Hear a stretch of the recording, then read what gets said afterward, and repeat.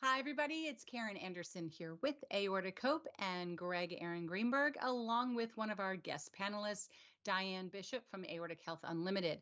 We are here bringing to you live our week in review, which is really just going over all of the posts that we have on our website as well as Facebook, hoping to capture the attention of more individuals that are in the community that might not be on the Facebook pages.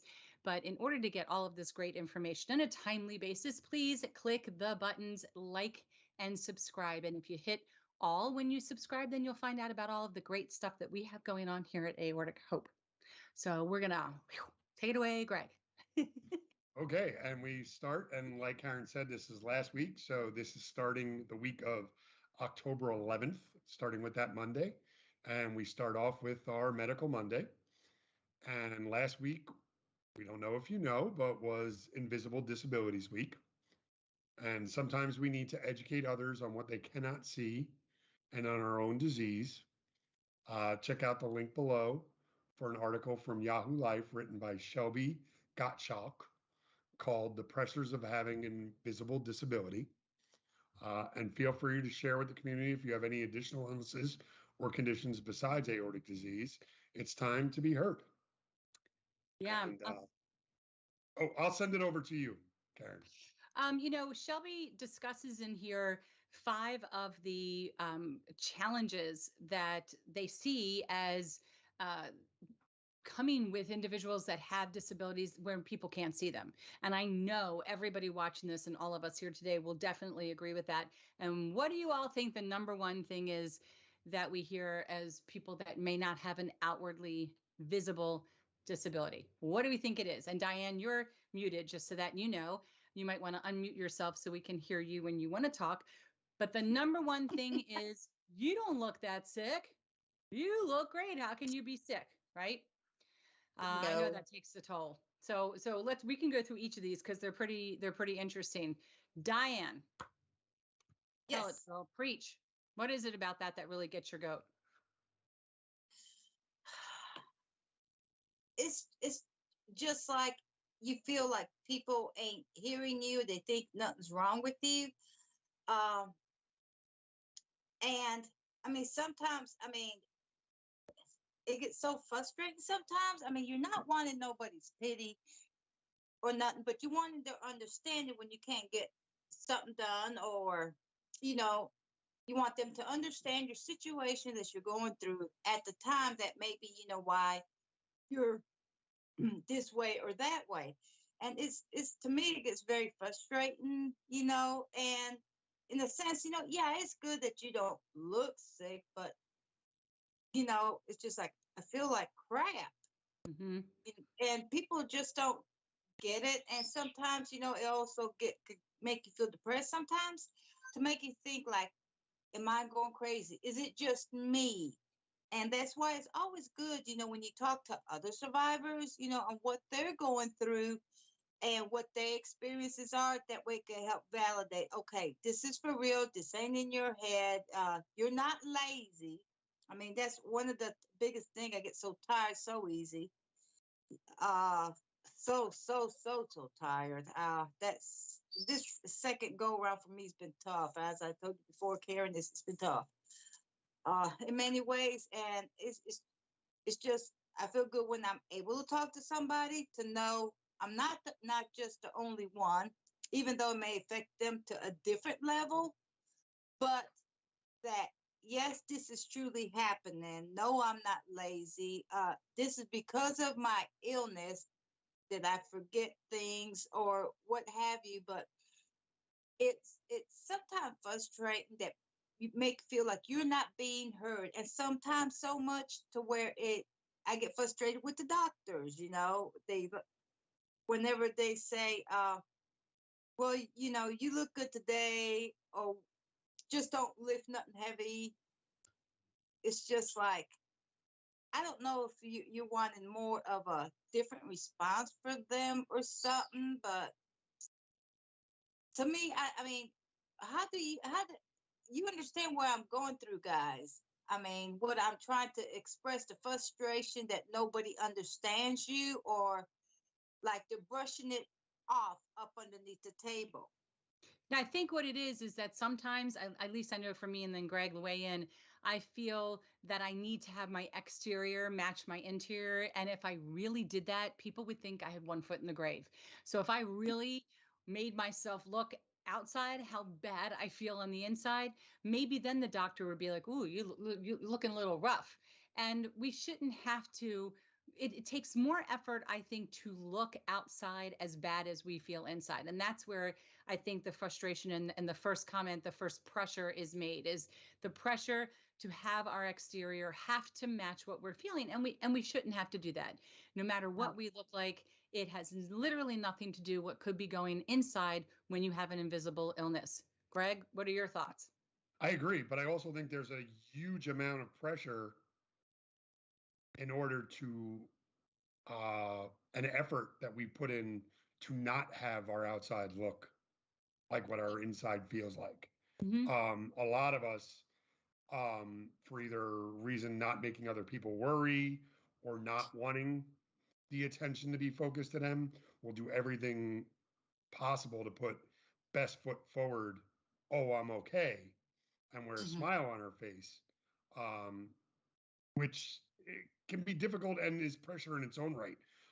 What really touched me was, I remember I struggled post dissection getting out of the hospital. Now, anybody that has known my story knows that I had the majority of both feet amputated and stuff like that. So that was a huge rehab to get back walking.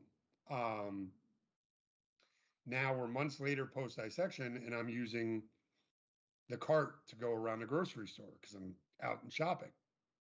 But I'm seemingly a healthy-ish looking 38-year-old male. And you would literally get looks at older people, like from older people, of like, oh, he's taking one of the carts. What if somebody at 70 needs that cart? Right. Not understanding that I'm not moving around that store without that cart. And I Well, think that, that's, you know what, that is right what they discuss in number 2. You're literally talking about the pressures of number 2. You just mentioned about needing like the scooter or special cart. And that is something, and I want you to talk more about that, because that also adds in disability passes, that people get their parking disability passes.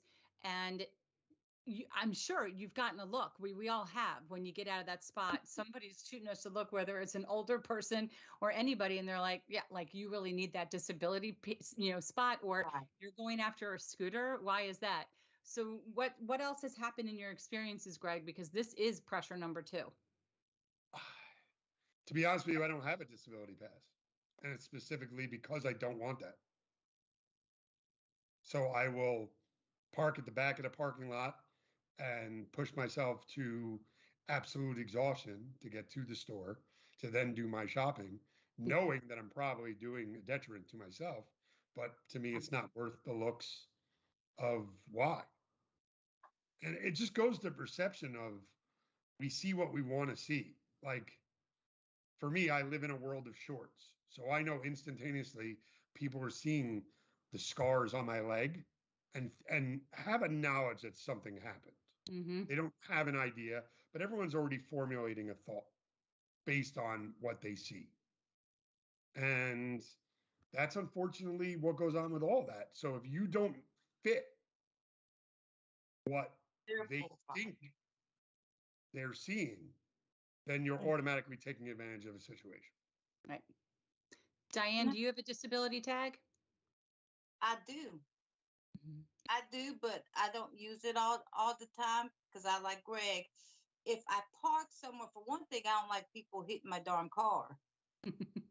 I mean, and at Walmart, we all know about Walmart. They swing that door open. But I do. But on days when I feel okay, I will park, further out so I can walk, for that purpose to make myself. But when Greg was just talking, when I stuck my finger up like this, that's almost like trying to fit in somebody's profile. People already got a profile of what disability is. And I too, before, like, I've been having trouble with the dizziness, not totally passing out, but to where I I tend to use, I don't use the little buggy, but I use not a stroller, The scooter. the cart. I use a cart because I lean up on it. But people do look at me, funny. And when you're feeling bad, sometimes it does make you feel bad, but it goes back to where, what do I have to prove to somebody? And you're already feeling bad enough without people being so judgmental and not knowing, your story. But automatically, yeah, people look at you and think you're supposed to look a certain way. Why do you have that card? Just exactly like Greg said, and you don't fit the profile to get one of them. Well, I have no shame in the game. So I have my disability tag. I do park in the disability spots, but you have to remember, I got my disability tag. I had a temporary one from back in 2012 with Crohn's disease. This is before the dissection ever happened, and I would renew it every year. The doctor would sign off. So when this happened, I just went, once I was awarded permanent disability, I just got it permanently. But I will tell you, I use it a lot during holiday season because your parking situation is already too far away. And having different situations because of Crohn's disease and other people, I sometimes need to be close. But by the time I get in, I got to go to the bathroom. So it's just like any of the commercials say. And then some days, I'm just a little bit more winded than others. And especially in holiday shopping, of course, this was 2 years ago. I just can't. I can't be that far away. Or if it's extreme temperatures in the heat or the cold, I got to be closer to get in, get what I need, and get out. So interesting. But that is pressure number 2. This was, I thought, an interesting pressure number 3, service dogs. That there is some pressure in having an invisible illness and still having that service dog, where maybe people don't think that you actually have a service dog. They don't recognize that to get that service designation, that animal has to go through the proper training. And when you don't look on the outside as if you have a disability, having a dog can be problematic. I don't know if you guys have thoughts on that. I've never had one. I mean, I think mine is one, but not registered. Mine too. So yeah, I just wouldn't have thought that would have been a problem. You guys want to weigh in? Everyone always Well, assumes that someone's trying to get over on the situation. They Yeah. talk about it in the article, like, they just want their dog with them. It's hard enough to control my beast. I don't need to throw a service vest on it and then Yeah. hope that she behaves in public. right. I mean, one would just cower behind me the whole time. The other one would actually, defend me. But Mhm. still, that's the last thing I would need. It's hard enough to go through my day as it is. I mean, Right. I don't understand. Nobody really wants to control. I get it, you know, but I Die. think the whole idea of like So, when people were traveling and like, oh, I need my emotional support animal. And then as soon as it was emotional support and not an actual therapy dog, that's when the line got a little bit blurred because mhm. then it started actually pointing to everything that is invisible. So then how is anybody supposed to know if it really exists or not? Yeah. But You know, go ahead. when you do have one of them, some people fail to see, though, to those that do have them a service animal, uh, why would anybody, when you do traveling anyhow, that's an extra, let's say, person you have to take care of as far as taking to the bathroom, make sure they got water. You still being disabled and sick, you still got to take care of the animal. So why would somebody that's disabled purposely do it just to bring their animal along? So I've always, given the benefit of the dog, which I love pups, I love babies, and I mean, anytime I see, a dog, cat, rat, don't matter. I'm all hands on. I welcome anything, but uh, I just feel like we live in such a judgmental world to where we often find ourselves trying to uh, be or fit in what other person think a disabled person like, or often worry about it. It's because of what other people say and think. The fourth pressure is, just to summarize it, was the fear of being left behind. So again, you have an invisible illness, and are you going to be left behind? Are you not necessarily going to be included? Are you not going to be able to make plans? And then people can't understand. But, again, it's the whole, I judge you from the outside, or I don't see how what you have impacts you. Why are you breaking plans again, type of thing. Right. So, and for me personally, with this, as the others, I don't care. Life's too short. I just don't care. I'm going to talk like this. I don't care. It's too short to worry about what other people think. But I will say the fifth one really fits our community, and that is having your place to fit in. That there's sometimes this feeling of who's more sick, who's sicker, and going to Facebook groups, as helpful as Facebook pages can be, or support groups that we offer can be. There is this self-imposed, I think, worry that, am I sick enough to be part of this group? You've been, I've been at this now almost 7 years, Greg longer, Diane, you're longer. And do I really hold any weight anymore with people who have just had a dissection? And that, I think, is our own imposed thoughts and concerns. What do you guys think about that final pressure? It definitely exists. I mean, you can see it in the groups. It's always, my doctor says I'm a walking miracle. All our doctors did. They do. Well, none of us were looking at great odds when we went in. It's not unique to that one person. Sorry, don't want to ruin everyone's idea of how special they are, because it is still rare, and you are very fortunate to have survived this thing that we all have. And there are others that aren't as fortunate. But I think once you get to where we are, then it's just shades. Yeah, there might be a complication that made life a little more difficult for someone else than, that. But I think it breeds both ways. I mean, I never once wanted to be thought of as more heroic or braver because I had a 98-day hospital stay. I am jealous of the people that were in and out in 7 days, didn't have a complication, and have gone on to live absolutely perfect lives post-dissection. Like nothing even happened. I'm jealous of that. I don't need to compete with aspects, but I can see how those discussions devolve into that. But I think as long as we're looking at it as the true idea of a community, and that you're not alone, and that you can find things with these people that you have in common with, or even anxieties or triggers or anything along the lines of that, I think we're stronger for it, even with all the other hullabaloo and bullshit for all intents and purposes. Hey, Hello? Kurt. Kurt. And the first thing you did was talk with my There hands. you We go. are all walking miracles. Right. And I think that's something to understand. I'm not saying, I'm just saying that the idea of the individual person of, oh, only I was this, that's where my doctor says that. I get it. I don't Karen's think that doctor told her that. Diane's doctor told her that. My doctor told me that. So that we can appreciate what we've gone through and then start to move forward. Right.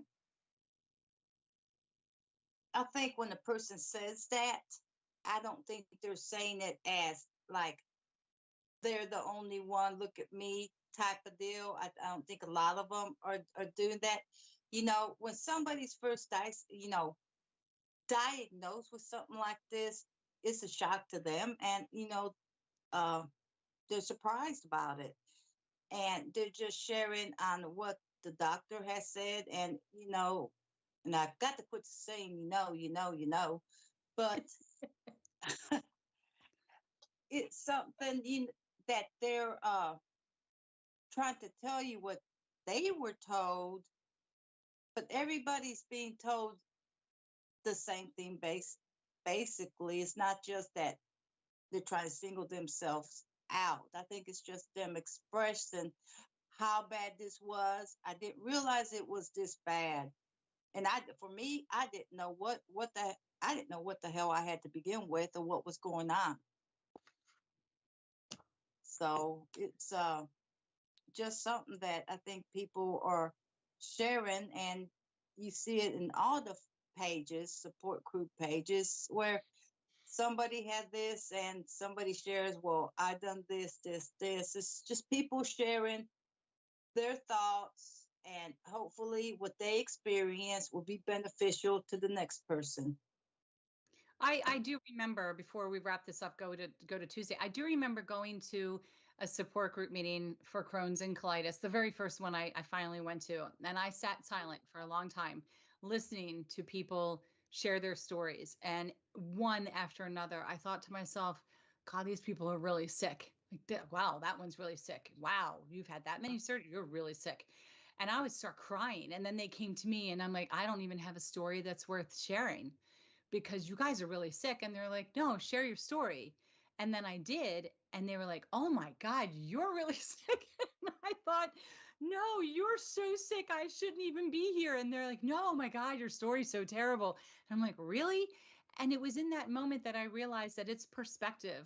What I had happened to me, 4 resections, one that got infected and had to be redone right away, was really bad for me. And even though I think that that person who at the time had an ostomy, which I didn't have, I thought, wow, you have it really bad. When they're hearing my story, it's going to be one of two things. It's either going to make them appreciate their situation and maybe lift them up out of a bad place, or it's going to validate their situation. And they're going to say, okay, it's going to normalize things. So it's not a competition. Our support groups and other Facebook pages is an even playing field. The advice, I guess I would say, is always share, and don't feel that what people can't see isn't real and isn't valid. And invisible disability. If you're less able, what was it? Is that what you said one time, Greg? Highly able in another area. You really flipped the script on that, and it was great. Then that's all that it is. Maybe we need to do away with the whole disability and change that narrative a little bit. Well, I think that's exactly it. It's differently abled. You have to look at it. Yeah, I'm differently abled. I might be less abled in certain aspects. I might be more abled in others. I like that. You brought up the idea of, you talked about actual disability, and I just want to touch upon that, because that starts a lot of things that go into this invisible disability. And a lot of people deal with that. Why are you collecting disability? I've seen you can do this. Yeah, you see a snapshot. Mm-hmm. Nobody in this community is saying they can't work necessarily. What disability is stating is that, or the ability to get disability is stating that we can't work 8 hours a day, 5 days a week, realistically, and still keep our health. Correct. I could go and do a job for 8 hours one day, but are you going to take into account that I'm going to be laying on a couch for the next 2 days to recoup from that 8-hour day? Right. No. So and nobody knows if you're sitting there in pajamas right now, Greg, because you were napping before we went live, and you're going to nap right when we're done. Exactly. Napster. Right. Let's move on to topic. You only see from here up. I put on an aortic hope shirt. Other than that, we could be anywhere. All right. Topic Tuesday, my friend. Topic Tuesday. Well, that's me or you. That is you. We are talking about hope. It is. Yeah, I'm going to read it and explain it briefly. So, did you guys know that we could send out a little something special to survivors and caregivers during your aortiversary month? And then it means if you've had more than one surgery, you have to pick one month. You cannot be on there twice. But this initiative is called Hope Mail. It's 100% free. And basically, you just need to fill out the form. The link is in this post, and we will send you a small token of our acknowledgement and our appreciation of you being part of the community at large. And it's just to help you celebrate the aortiversary. Even if you're watch and wait, if you want to use your date of diagnosis, that's fine too.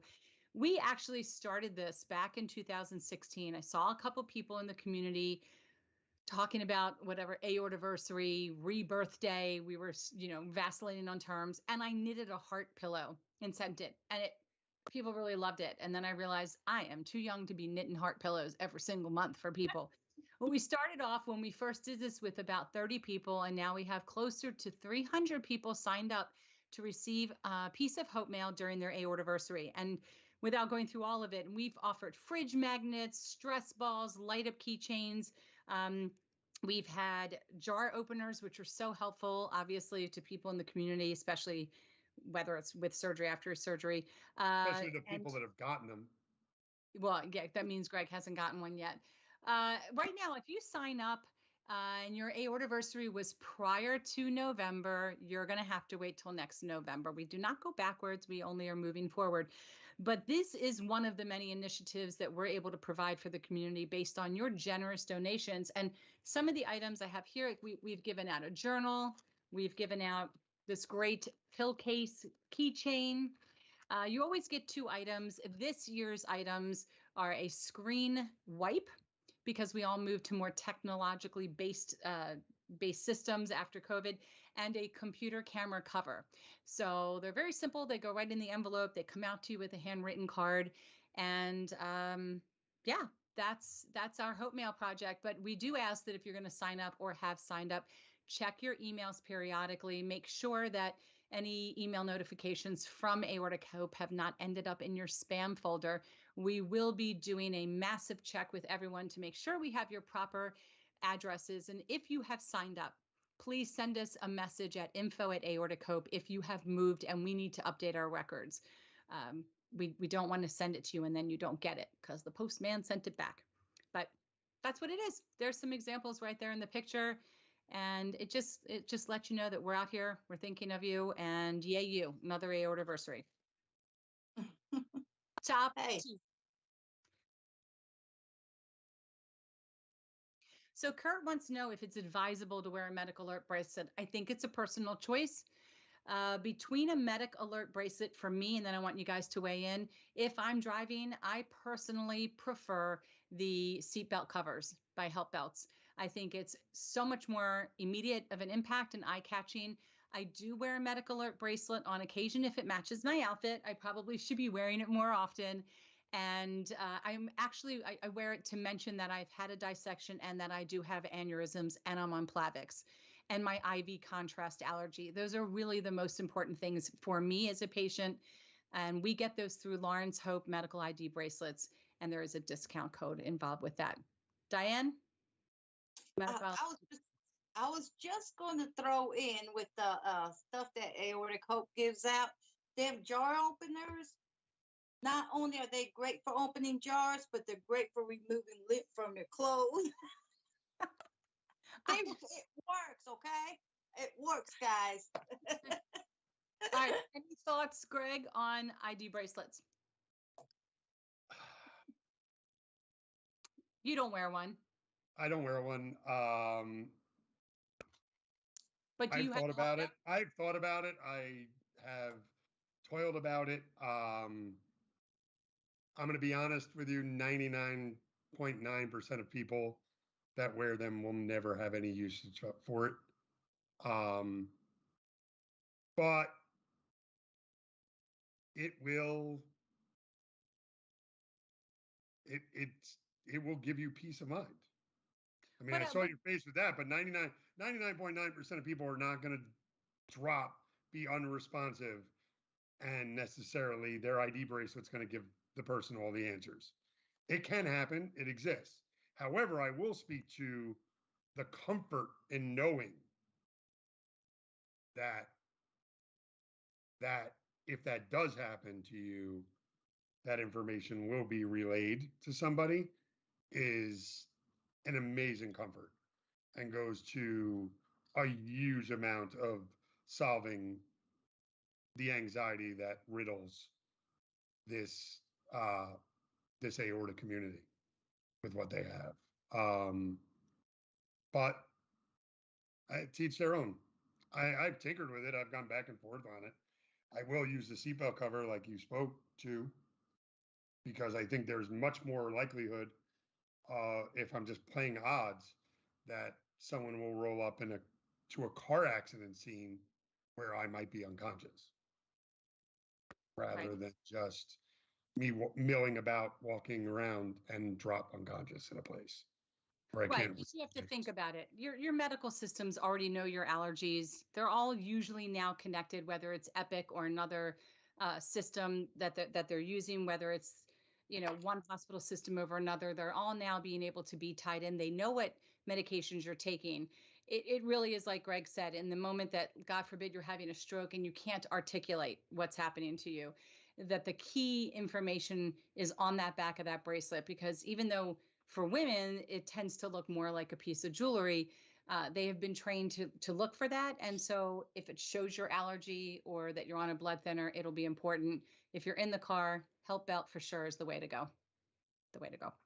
And you brought up a Yeah. really good point. I would, even for the people that are like on the fence, I would consider getting one if you travel, Yeah. because now you're talking about leaving your system of doctors and potentially away from your doctors. So you want everything possible relayed. If you're around the house, odds are a lot of us are going to be brought to the hospital that we were brought initially, and they're going to have a record of what happened to us. But if you're someone that travels a lot, then I'm all for whatever relays the information for you best possible way. Well, let me say that what had happened to me, I had a medical alert bracelet at the time.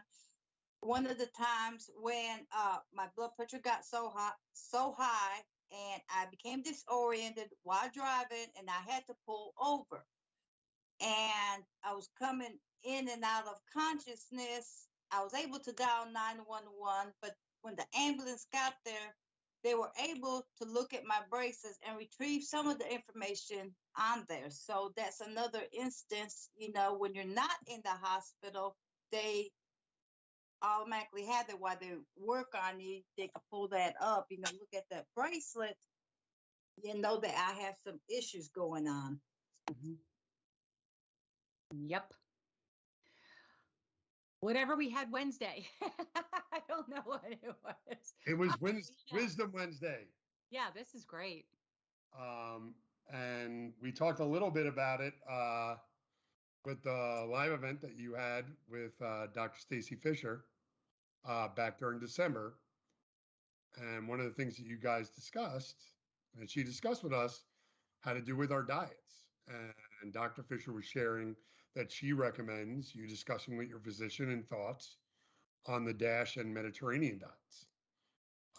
Today we'll be sharing, or Wednesday we shared with you the DASH diet, which you can click on the link below. Is an article by the Mayo Clinic called "The DASH Diet: Healthy Eating to Lower Your Blood Pressure." And all we state is that you remember this is supposed to be a conversation topic, and articles shared do not necessarily reflect an opinion or a recommendation specifically from us. Just a viewpoint and a launching point for you to have a conversation with your doctors. I kind of hate that this is part of the terminology diets, because this really, when I looked at this, what was it? The dietary approach to stopping hypertension. That's what DASH stands for. I always thought, because she didn't know what it stood for at the time, I always thought it was like salt, dash, something like Mrs. Dash came to mind, but it's the dietary approach to stopping hypertension. And when you click into it and you look, it is more of a new way of living. It's non-restrictive in the sense that it's not calorie counting at all. It's more about taking a look at the ingredients that are going into your diet, whether it is completely reduced, eliminating salt and using other types of spices, how much fruit and vegetables, how to get the potassium in.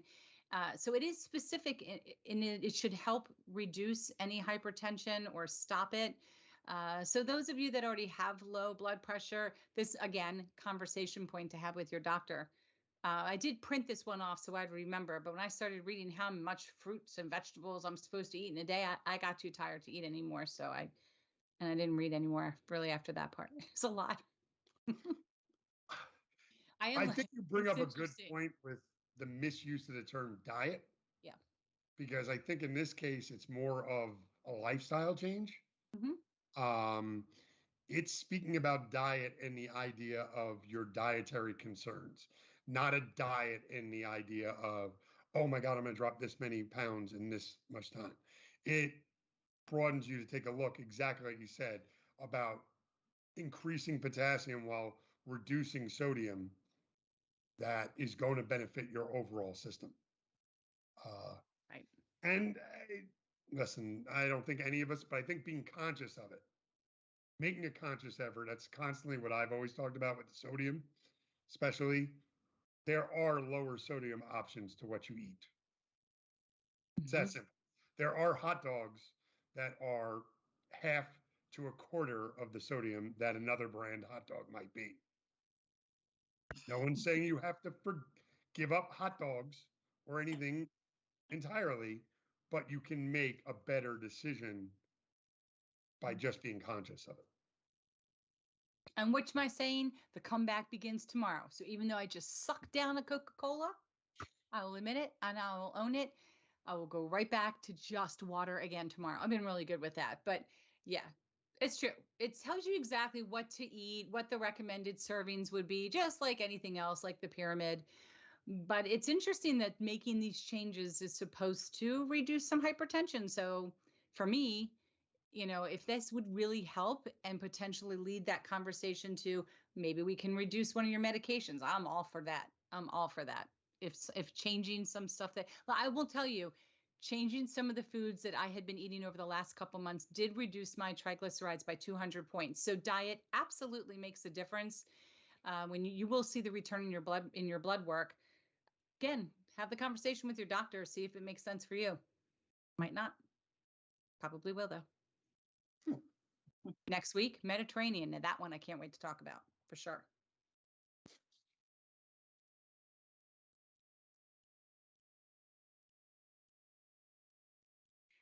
Yeah, so that the recommended amount is 1 teaspoon.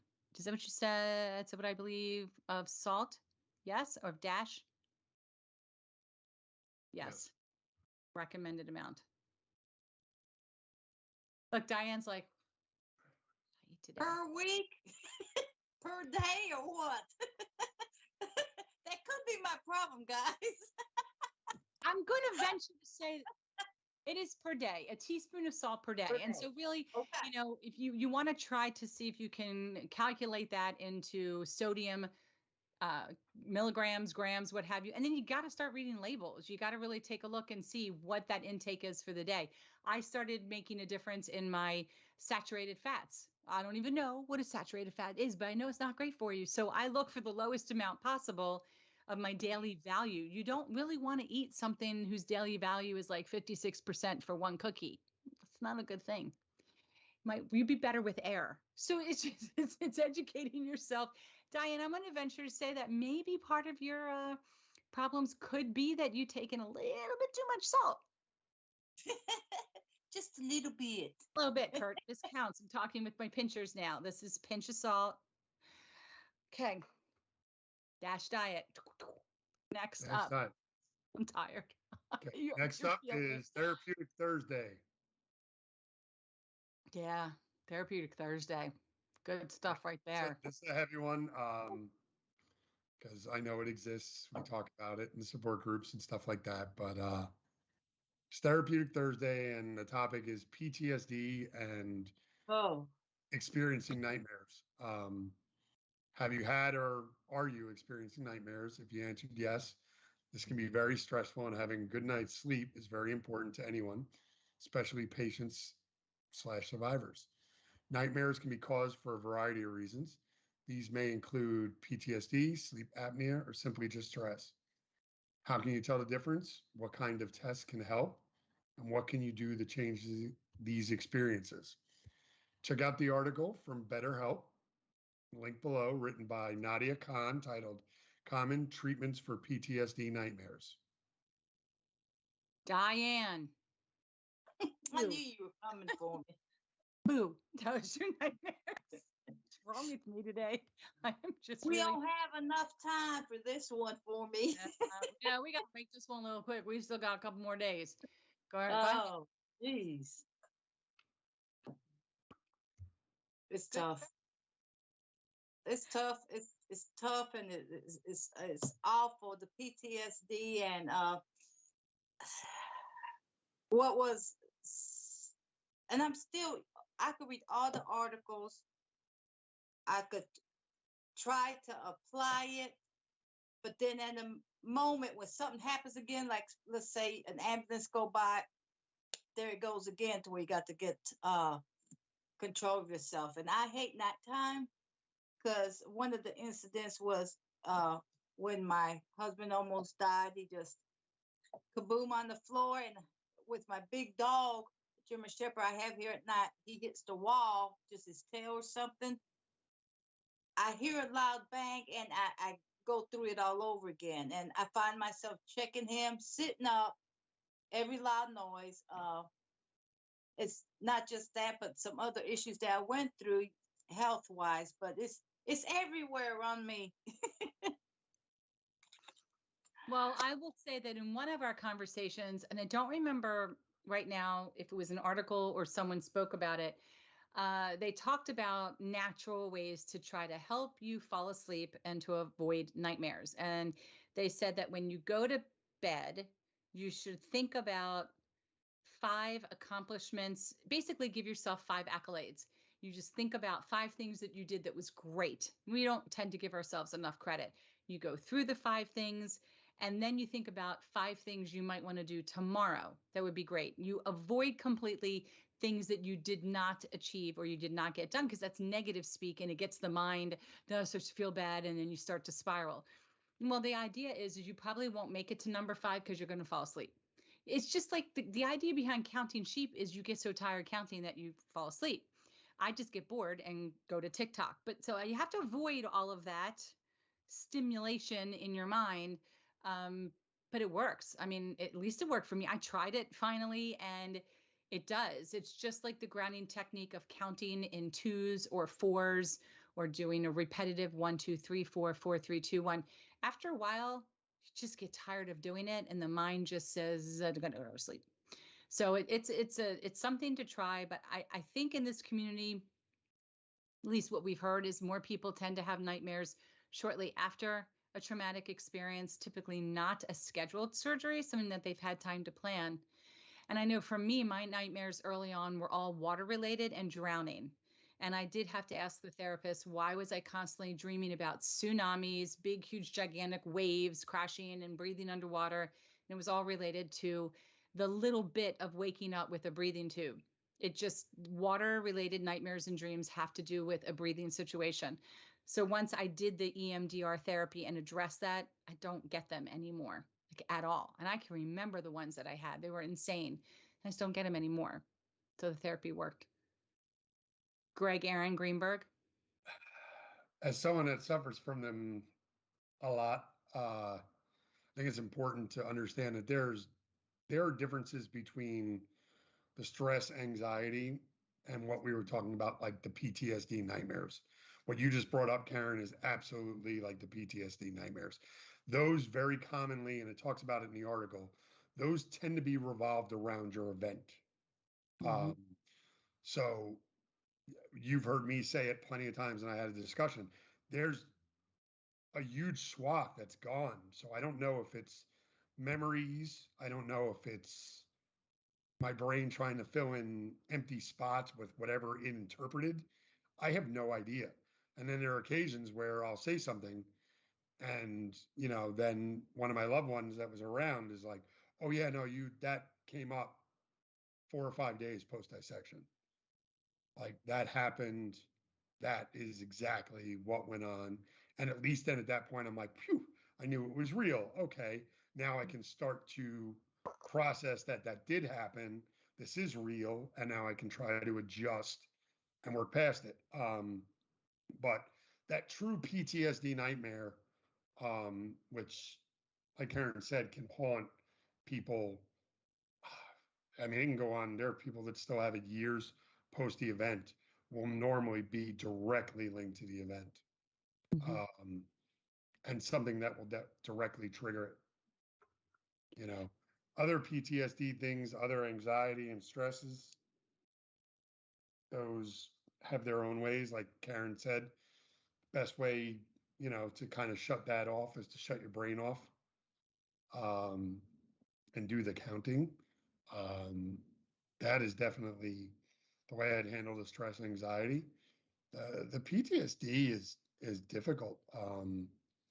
You either it's someone that it's really, when you're at that point where you're having true PTSD nightmares, it's time to talk to somebody, because it either needs to be hammered out with a talk therapy or some other regimental plan, like you had said, grounding or anything like that, or it needs to be addressed with medicine. I know for me, it was medication that stopped a lot of that when it was initially happening in the beginning, and it was controlling it. I mean, it's not difficult. I mean, not difficult to see how it happens. I mean, PTSD affects us all, whether we think so or not, to some extent, I think. There's always going to be uh, hypervigilance and that idea of every minute being like flight or fight, like situation. You just got to try to get through it. But the nightmares, if you're truly having the nightmares, that is something that we can talk about to the end of time, because we've talked about the importance of rest and sleep is for people like us, um, especially people that are controlling blood pressure issues. It's the reason why sleep apnea is such a big deal. It just promotes better blood pressure and heart health, to have good, safe sleep. So if you're experiencing the PTSD nightmares, it's time to bring it up to your doctor. I had mentioned to you one time, I had mentioned to you at one point in time, I was having nightmares that I was actually moving through in real life. So I was having some hallucinations. I'd wake up gasping. And my cardiologist had recommended a blood pressure medication called Prazosin. Prazosin. Now, prazosin is a I believe it's a type of beta blocker, but it is a blood pressure controlling medication that does not impact your heart rate. But it has been proven for people who have PTSD, separate out of the aortic world, to control your adrenaline even more than some of the drugs we're already on, so that you don't have those interruptions in sleep. I think I take 1 milligram, and I can tell you it works. It took a couple of weeks, but I've not had any of these episodes anymore. And there is room to increase the medication if I need to over time. I have a friend who is not part of the aortic world, but has her own PTSD issues from past experiences. She also takes prazosin. It keeps her from having nightmares, period. There are just no bad dreams ever. So it's something that you should and can discuss with your doctor. Again, this may or may not be right for you. While Greg was speaking, I was quickly looking up the name, but it is called prazosin, and there may be other ones out there I'm not aware. But that's the medication that I'm on specifically for that. And I'll answer Kurt's question because he asked what medication. I was initially, after I first dissected, I was on Zoloft, obviously, to handle some of the depression.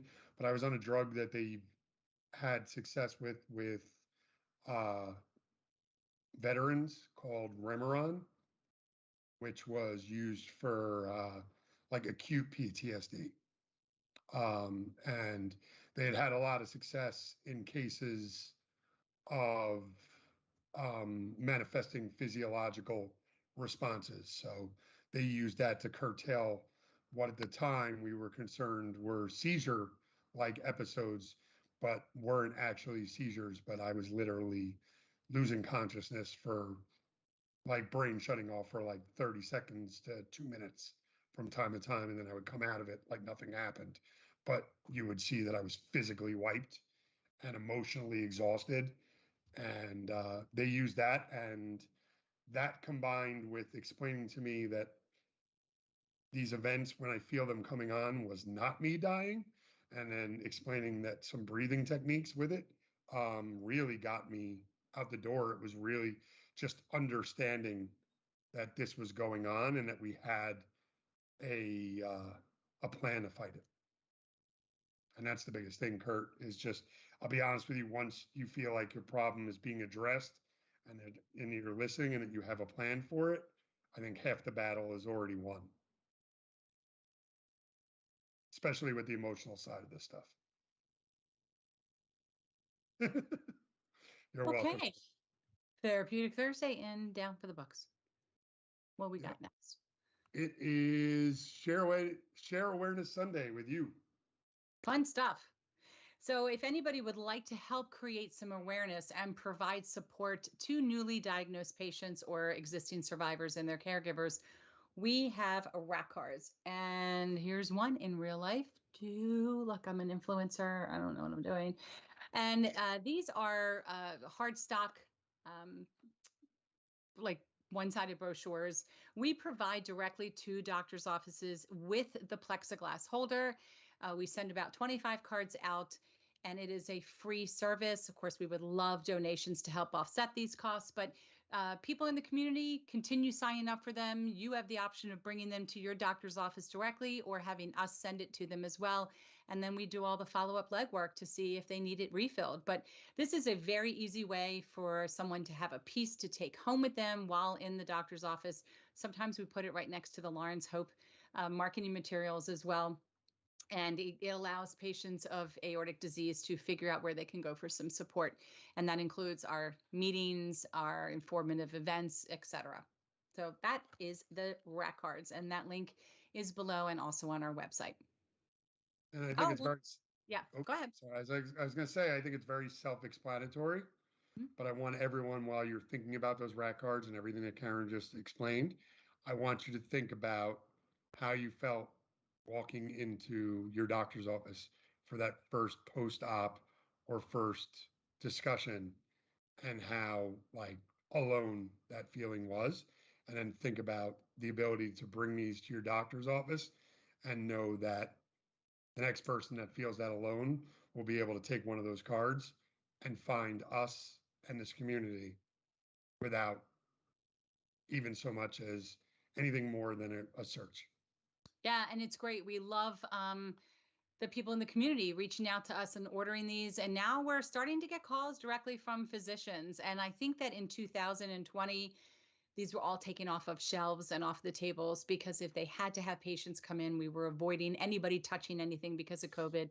And now things are starting to come back out again. And it's great to see that this is starting to take off once again.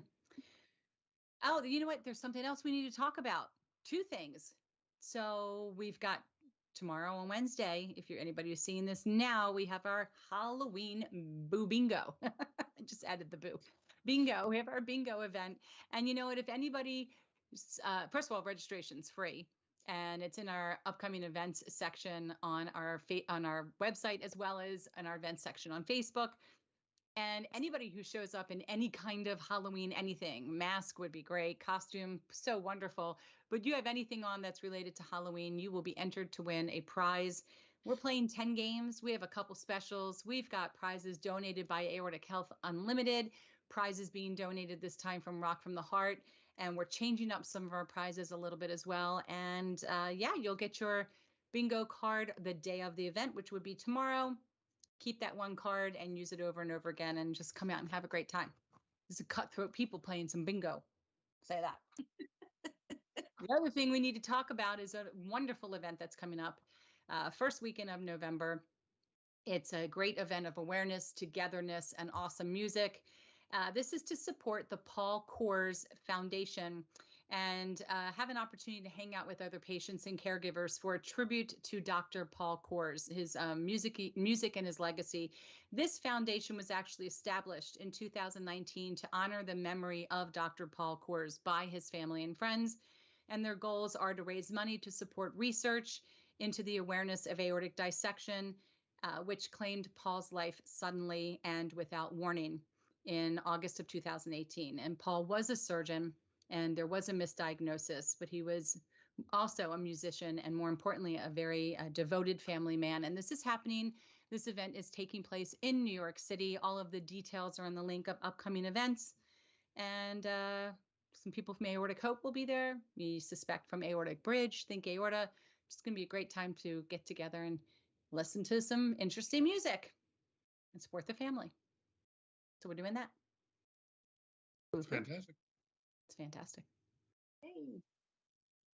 And I was a television star. Yeah, we also had an opportunity. Aortic Hope had a great opportunity to be part of the Donna Drake show, Live It Up Live, which is on CBS, specific markets in Connecticut, New Jersey, New York, and had a chance to really talk about aortic disease, what Aortic Hope does for the community, and what Think Aorta is doing within the community as a global entity. And it was wonderful. I think we got the message across, and we will post up details on how you can watch that, probably on YouTube, and when that'll happen. Those details will be up in about 2 weeks. Some good stuff. Awesome. What are you all going to dress up as for this Halloween that's coming up in about a week or so, a week and a half? Okay, well, I'm going to guess that Diane's going to be a dog. No. I'm not sure what that was. A cat that got stepped on in the middle of the night. A A dead mating cat? fox. Disabled dog or cat, whatever it is A disabled. cat in an alley? I don't know That what was that sound was. That was a dying participant from the Squid Game. There we go. That's it. Even they were nice Oh. that noise. I'm sorry, I missed. I heard something. What did I miss? Oh, thank you very much, Kurt. It is everything that is done singular is always a group effort. Always, always, always. We all do it. One for all for one. So when you watch it, you can just put a cutout of Greg's head over mine, and it's just like watching him on TV. It's the exact same thing. I think the most fun part was having somebody powder my nose and then watching them powder Ben's head. Oh, it's the best moment. I mean, you got a little shine from the lights. Happens. Oh, well. Television lights are hot. You glisten. I started They have to mute it down. It takes a lot. I was getting very dewy around my hairline, and then I looked at my softer words and I was like, God, the game's in 20 pounds to you when you're in the camera. It is what it is. It was about the message, and the message got across, and we did it in one take. And interestingly enough, while we're in the green room, we end up meeting a man who tells us that just a couple months before he had a carotid artery dissection. Like, that was a great conversation. So, having these conversations can happen anywhere. And honestly, I started thinking about the building as a whole. I don't know if you guys do that. And I thought, how many people are in here walking around right now with a dilation or an aneurysm, and they don't even know it? But that's what keeps me up sometimes at night. So yeah, but it was good stuff. Duck Donuts out in New York, well, come from Duck, North Carolina. They're really, really good donuts. Everything in New York is better. Pizza's so much better. Look, I eat those hot dogs. I don't care. Pizza, Chinese food, it's all better. Oh, God. And the water. It's like you have Chinese food in New York and you drink the water from the tap, and it's the best water ever. That's part of the reason why certain things like that are better in New York. It's because that dough is made using the water from New York. And Ben had said, just about every restaurant's going to be amazing, because if they're not, you're just going to walk down the street and you're going to have another. Can't afford not to be. That's right. They have to be great. All right, my friend, that is this week's live weekend review. Yep. Weekend review live. Not sure if we lost Diane. We may have just lost her face. But if we did, maybe she'll be with us next week. Now, next week, are you doing this? Are we doing this on Monday? We got this on Tuesday, because I know I will not be able to be with you, unfortunately. I think we'll be back to Monday then. So next week will be Monday. Very exciting. 24th. Nope, 25th. It's the Monday, the 25th. Yes. Very good. All right. I don't even know. What's today? Who knows? Monday the 25th, covering Monday the 18th, the week of the 18th. Monday the 25th. That's a 24th. Because we exist in the present, but live in the past. Live in the past and talk about the future, which will probably be the present, and then there will be the past. We're in a time warp. I don't know. Okay. Now my head hurts. Diane, are you there? Are you talking? No, I think Diane's gone. Yeah. Oh, All I right. think there was sound. Diane, thank you so much for joining. Hopefully we'll have you next week. Greg, you are on your own. Command the ship, Captain. I'll talk to you soon. See ya. Bye, everybody. Bye, everybody.